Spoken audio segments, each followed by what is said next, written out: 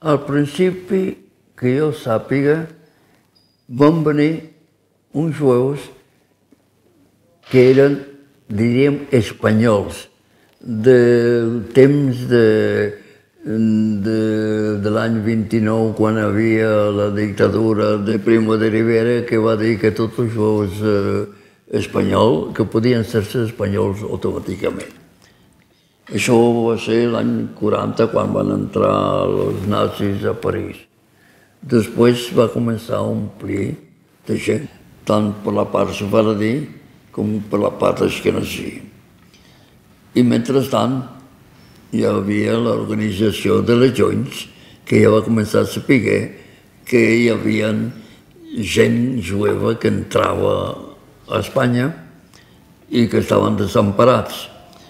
Els que tenien, diríem, passaport, passaven. Ara, els que no tenien passaport, que era la majoria, anaven a camp de concentració, que era Miranda d'Ebro. I sí, aquesta organització de legions estava ubicada primerament en l'hotel Monte Carlo, que era en la Rambla. Després va passar al carrer Bristol, que era Porta de l'Àngel. De la Porta de l'Àngel va passar al Passeig de Gràcia, número 20, i en acabat el quart, que no me recordava, que ara m'he recordat, Amigó, carrer Amigó.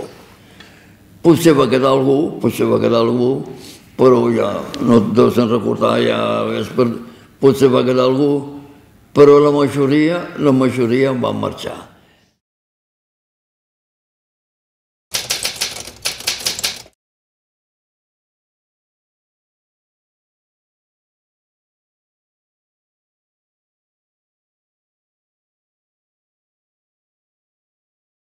Mi padre decidió con mi madre, pues marchémonos. Fue a enterarse cómo se podía ir a España y la única manera de ir era en tren, pasando por Irún. Mi padre tuvo que ir al cuartel general alemán en París, muerto de miedo, para pedir un visado de salida. Vieron pasaportes españoles. No se fijaron que en los pasaportes ponía nacido en Turquía, porque si se hubieran fijado de esto hubieran podido deducir que mi padre era judío, ¿no? Salimos en tren, un tren nocturno, salimos con 3 maletas, sin decir nada a la portera, llegamos a Irún y fuimos a San Sebastián. Y después cogimos el tren y llegamos a Barcelona. Mi padre tenía decidido ir a Barcelona porque en Barcelona tenía un primo hermano suyo que procedía de Milán. Y en Barcelona nos alojamos en la pensión Palacios, que estaba justo enfrente del Hotel Ritz. Y tuvimos la oportunidad allí en la calle de ver a veces a oficiales alemanes vestidos con el uniforme nazi, ¿no? Nos pareció raro esto, ¿no? Bueno. Un día fuimos a los toros y en la segunda parte aparecieron banderas nazis y juventudes hitlerianas de la colonia alemana de Barcelona. Y nosotros espantados, ¿no? Éramos todo un grupo de jóvenes, yo tenía 14 años, regresamos a la pensión y contamos a nuestros padres. Y nuestros padres dijeron, ay, Dios mío, ¿en qué nos hemos metido? Salimos del infierno y aquí hay otro infierno, que están los alemanes aquí, ¿no? En la pensión Palacios estaba lleno de judíos, procedentes de países del este, esperando barco para ir a Estados Unidos o Argentina. Todos estos judíos habían salido de Francia, de la Francia libre. Llegaron con visados de tránsito otorgados por el gobierno de Franco. Entonces mi padre entró en contacto con judíos que había en Barcelona, que iban a los cafés, en el Café Navarro por la mañana y en el Oro del Rin por la tarde. Al cabo de unos meses alquilamos un piso y empezamos a vivir allí. Fui a la escuela industrial, en fin, y entonces empezó nuestra vida en España.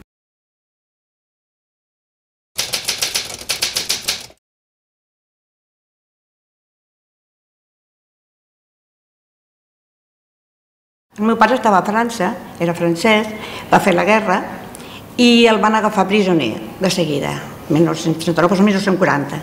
Llavors, quan els nazis van arribar a París, ell va anar a Vichy. Llavors, a Vichy, jo m'imagino, de Vichy va passar a Toulouse, m'imagino que es va posar en contacte amb la Resistance i allà va fer el contacte per poder passar de França a Espanya a través dels Pirineus. Jo penso que va passar també per ser francès. El ser francès el va salvar, perquè va connectar amb una red que ja estava preparada, estas redes que treballaven als Pirineus, si s'hagués dit Levi o Cohen, però com es deia Curiel, jo penso que es va salvar per tot això i per moltes circumstàncies. Sempre et salves per moltes circumstàncies. Un bon passador, molt bona gent. Quan va morir el meu pare va deixar un testament i ens va posar hereves universals, amb la meva mare, amb nosaltres i tal. Li va deixar un legado amb una noia que es deia Maria Teresa Baldric. Nosaltres no la coneixíem, no sabia qui era, però em vaig assabentar per la tele que hi havia un passador que passava als Pirineus que es deia Baldric. I per això em vaig assabentar qui va ser que li va ajudar a passar. A mi em va dir que va passar molta por perquè tenia por del passador, però va pensar, prefereixo un passador que em pot enganyar que dels nazis que van anar enrere. I així va passar, i així em vaig assabentar que era el senyor Baldric el que li va passar, i ell, com a agraïment que es va salvar la vida, li va donar això, aquest regal.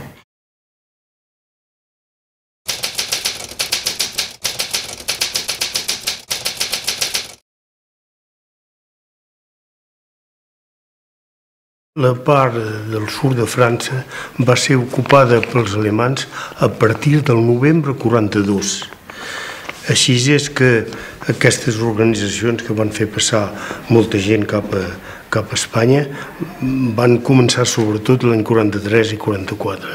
Us puc parlar d'aquesta organització que va ser aquí a Cerdanya i a Perpinyà, amb dos protagonistes que van ser el senyor Corazzi de Perpinyà i el capellà de Dorres i del sanatori de les Escaldes, que eren en relació i que van fer passar molts jueus per aquí a Cerdanya. El mossèn Ginú com el mossèn Joan van acollir gent de tota categoria i de tota classe política, que fossin d'esquerra o de dretes, van acollir tothom. Els amagaven allà on podien i esperant de fer-los passar. Tenien gent, generalment gent de la pagesia, que eren els quins, els acompanyaven per passar la frontera. Hem parlat molt de jueus, però n'hi havia de tot. N'hi havia aviadors americans, n'hi havia aviadors anglesos, gent que volia fugir, políticament, d'on hi havia moltes persones per tot arreu. I la cosa interessant és que la Cerdanya, les xarxes de Cerdanya, eren les més segures de tot el Pirineu. N'hi havia xarxes que tenien diner dels americans. I doncs amb aquest diner, no per ells, pobrets, però a vegades per pagar la Guàrdia Civil, per tancar els ulls, i podien passar més fàcilment. Segur que n'hi ha denunciacions, però és evident que hi ha un silenci a la Cerdanya. És a dir, que al món de la denunciació sí que n'hi ha unes, però habitualment no gaire. Finalment, la gent ajudava o no ajudava, però callava. I doncs és per això que finalment ha funcionat tan bé. A Oceig hi havia sanatoris antituberculosos, n'hi havia 8 o 9, i els alemans tenien por pànica de la tuberculosi, i llavors els metges els feien passar per malalts, i després els feien passar.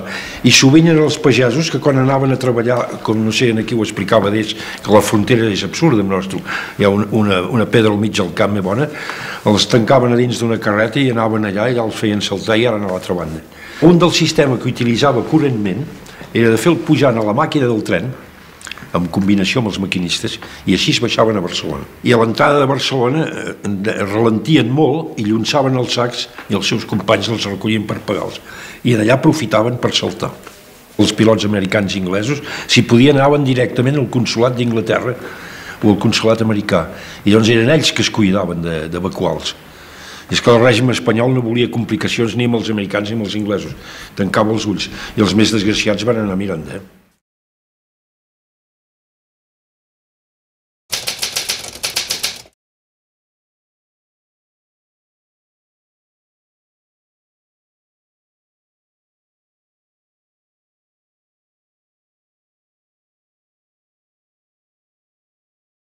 Mi padre era un excelente técnico y se ve que había una gente un poco celosa o no sé, lo denunciaron. Y como lo denunciaron como judío, lo internaron en ese célebre campo de Vernet, donde ahí estaban, pues era muy mezclado. Habían judíos, gitanos, muchísimos republicanos españoles. Pues en este mismo año 41, a mi padre le dieron un permiso para ver a su familia y fuimos todos a Axleteam a verlo. Y la idea era que se escapara a Barcelona, por la montaña. Bueno, entonces la historia que es muy enternecedora para mí es la historia de mi madre. Todo estaba previsto para que mi madre se escapara con mi padre, estar separada hasta que finalice la guerra de nosotras y dejarnos en manos de su gran amiga Madeleine. Bueno, pues todo estaba preparado ya, las maletas, el guía, la amiga vino de Lyon a buscarnos, Madeleine, y mi madre, qué dilema, no sabía qué hacer y al último momento no pudo dejarnos. Tendríamos 2 años en aquella época, no pudo, sabiendo que realmente el peligro era enorme estando con ella y que nos podíamos salvar muchísimo mejor si estábamos sin ella. Y siempre he pensado que es terrible para una madre, ¿no? Esta elección, esta decisión es tremenda, porque ¿qué haces? ¿Qué haces entonces? Y además, una decisión que tuvo que tomar en muy pocas horas, porque todo estaba preparado. Total, se quedó con nosotras, nos quedamos escondidas en aquel pueblecito que se llamaba Saint-Didier, o Toissé, y nos quedamos toda la guerra ahí escondidas. Mi padre emprende el camino y creo que el día lo dejó en la misma frontera. Cruza la frontera, anda, está muy cansado, hambriento, muriéndose de frío y lo arrestan 2 guardias del Tricornio. Lo mandaron a la Modelo, mi padre se quedó en la cárcel Modelo como 3-4 meses. De la Modelo lo mandaron a Miranda de Ebro, donde se quedó ahí casi 1 año, 9 meses o 1 año, y donde sufrió muchísimo ahí, de frío y de hambre sobre todo. De hambre fue espantoso.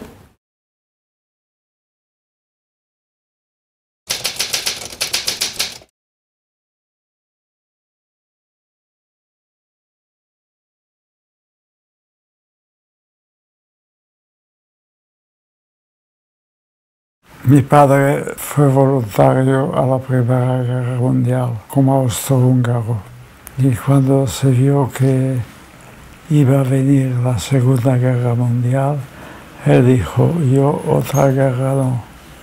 Vivíamos en Viena, así que se fue a Milán donde vivía su hermano mayor con el que siempre consultaba. Su hermano le aconsejó Barcelona, donde había estado en 1929, el año de la Exposición Universal. Una de las razones principales era que España acababa de salir de la guerra civil en el año 39 y mi padre dijo, España no está en condiciones de entrar en otra guerra. Así que Barcelona es un buen sitio, está cerca de la frontera, tiene un buen clima y se fue a Génova al consulado español y consiguió un visado para entrar en España. Llegó aquí en el año 40 y nosotros nos quedamos en Budapest, es decir, mi madre, mi hermano y yo. Y no nos volvimos a ver hasta 7 años más tarde. Los alemanes construyeron un gueto en Budapest alrededor de la gran sinagoga y todos los judíos tenían que trasladarse al gueto. Y entonces aquí empieza la labor de los diplomáticos extranjeros, diplomáticos de los países neutrales. Empezó con Suiza, después Suecia, España, Portugal, Guatemala y la Cruz Roja Internacional y la Nunciatura Apostólica. Empezaron los suizos alquilando casas o pisos y allí metían todos los judíos que podían con un documento que decía este ciudadano tiene intención de emigrar a Suiza apenas las circunstancias lo permitan. Se ruega a las autoridades que respeten su vida y sus propiedades. Entonces, a partir de entonces hubo casas suizas, casas suecas, españolas, portuguesas.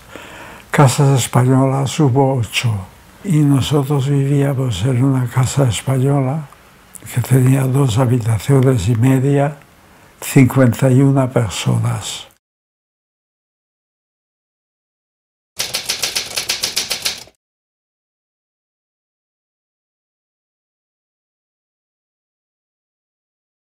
Hay un dicho o hay una especie de broma que dice que cuando le preguntas a una persona cómo se llama, aquí en España o en Cataluña te dan un nombre y 2 apellidos.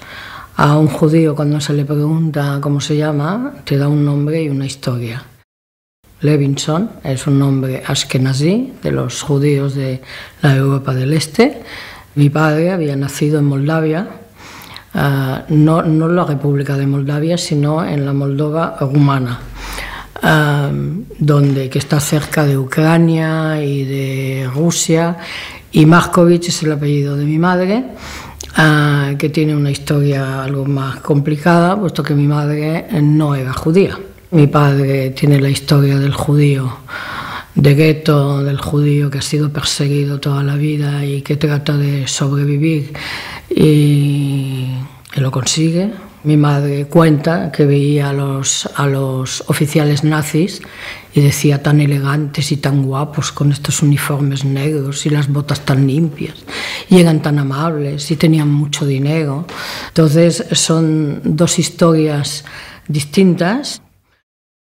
Escapando de Rumanía, ya acabada la guerra, fueron hechos prisioneros en los campos de internamiento de Chipre y de ahí fueron llevados a Palestina, en aquel momento todavía era Palestina, febrero de 1948, y yo pues nací después.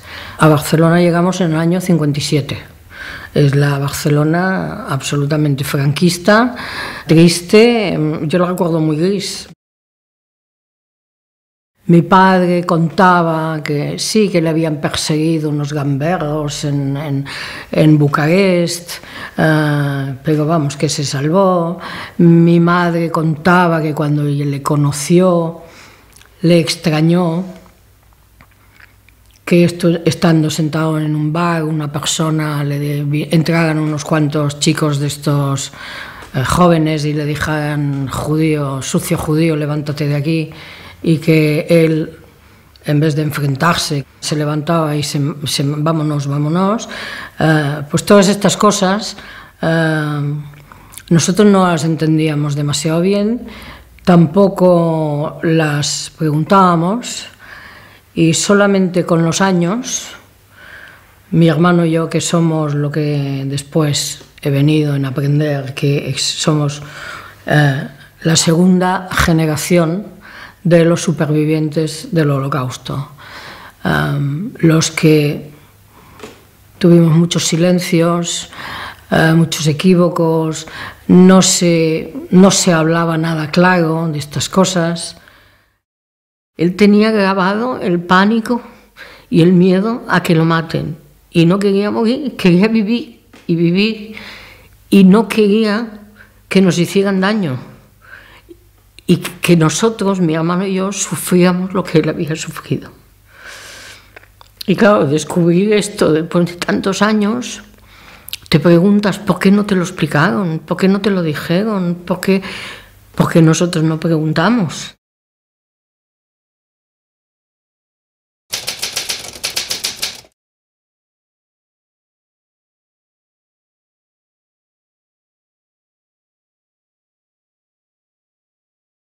Els meus avis vivien a Zittau, com el has dit, que és una petita ciutat provinciana a uns pocs quilòmetres de Dresda, a Saxònia.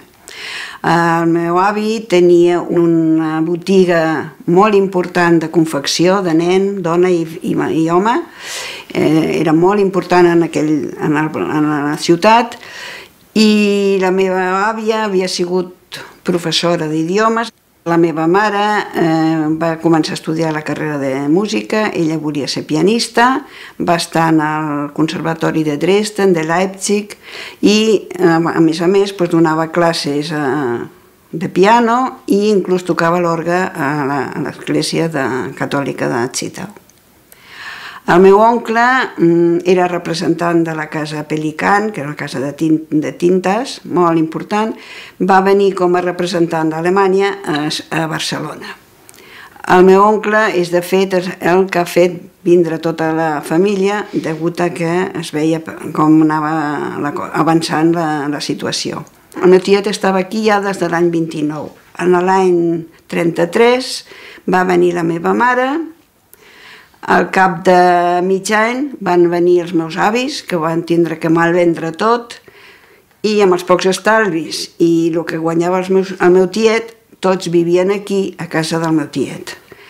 El meu tiet aquí tenia molta fama, a part que era comerciant, ell per seu compte era pianista, treballava en una companyia de teatre i tenia molta relació amb la comunitat jueva. Era molt amic del senyor Hans Levy, que estava en la Joint, i a través d'ells la meva mare, a poc, va poder tenir alumnes jueus tots i va poder, poquet a poquet, fer-se una petita classe. Ells van ajudar molt els jueus, vull dir, inclús van tenir gent a casa. Jo sé que alumnes que després van tenir que tornar o fugir a Israel, els hi van deixar moltes coses als meus pares perquè els cuidessin amb l'esperança que algun dia ho tornarien. A casa tinc un munt de fotos, he trobat una carta en què hi ha una clau en la que li diuen: ve, sisplau, a casa i busca'm això, salva'm això o l'altre. Això també ho he trobat. Tinc allà molts documents que jo no sé de qui són. Però el meu tiet va tenir una molt mala passada. En l'any 34 o 35, un nazi va publicar en els diaris de Zittau que había un revolucionario judío que junto con los rojos y comunistas españoles y junto con su padre se dedicaba a hacer actos de terrorismo por España. Tot i que van anar al consulat i el consulat alemany va afirmar que això era fals, va rebre constants amenaces d'un nazi d'aquí. Va tenir por que els hi passés alguna cosa i va tenir que fugir a França. Va estar primer en un camp de rassemblement a l'Emille, va passar a Gurs, de Gurs a Drancy, i de Drancy ja no s'ha sabido més. Llavors, a través dels seus amics a França, de la companyia de teatre, un amic dels meus pares és el que els anava informant. Però en l'any 43 les cartes es van tornar amb el signe «Il est parti». Esto es lo que sabem.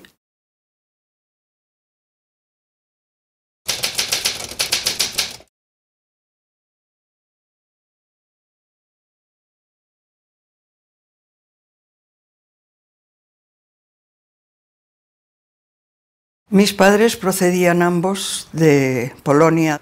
Llegaron a Barcelona en viaje turístico y se enamoraron de Barcelona, de Cataluña, de la gente de aquí. Decidieron quedarse aquí para siempre.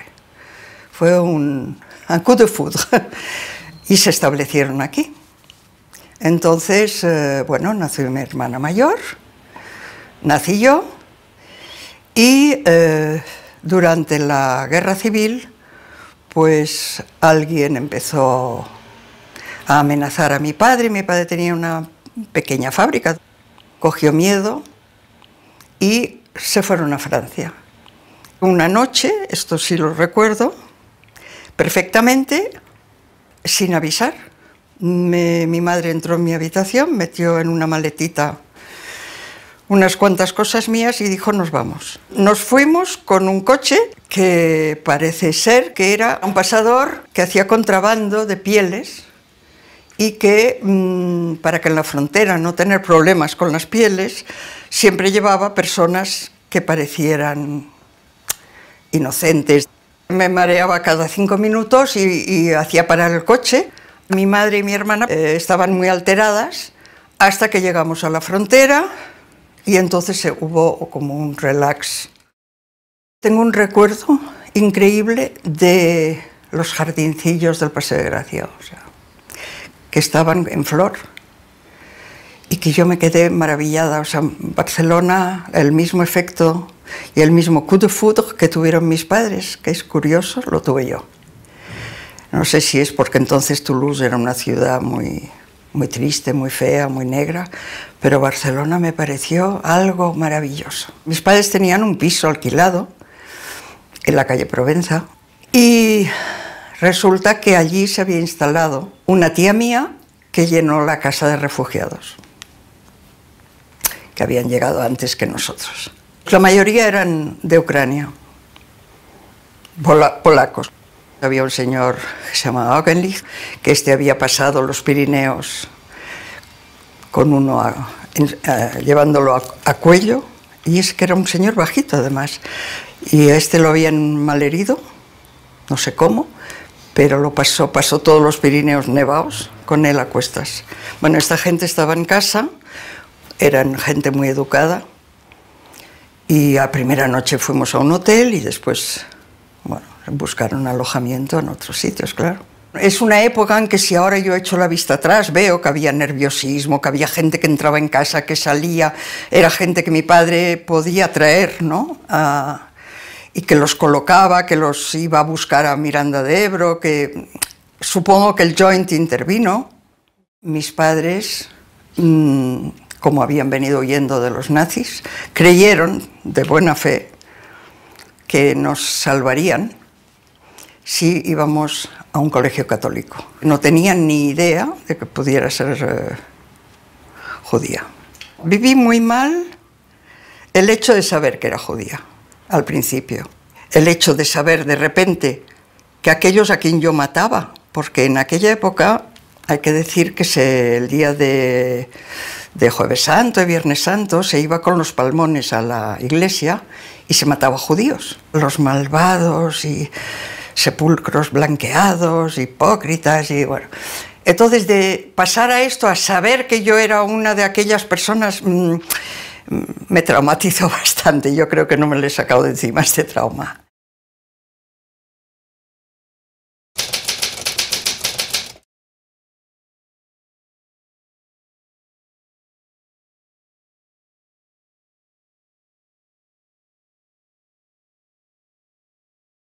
A la muerte de mi madre tuve que deshacer el piso y entonces empecé a encontrar en el altillo de lo que era la habitación mía de soltera una cantidad de cajas en la que habían archivos, cajas de fotografías, cartas, documentos. Me empecé a encontrar historias sorprendentes de cosas que yo no sabía, que jamás me habían contado.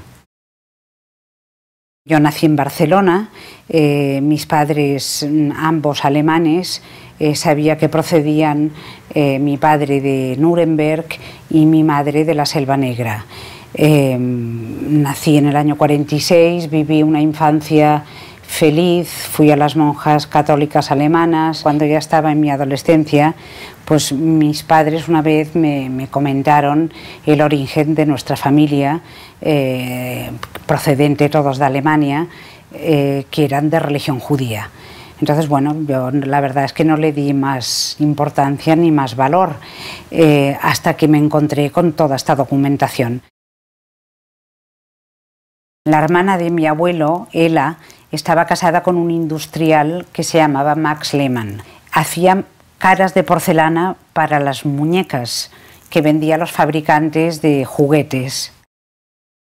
Vinieron a Barcelona, se enamoraron de la ciudad y además vieron que la fabricación de las caras de porcelana era mucho más barato hacerlo en Barcelona que en Alemania.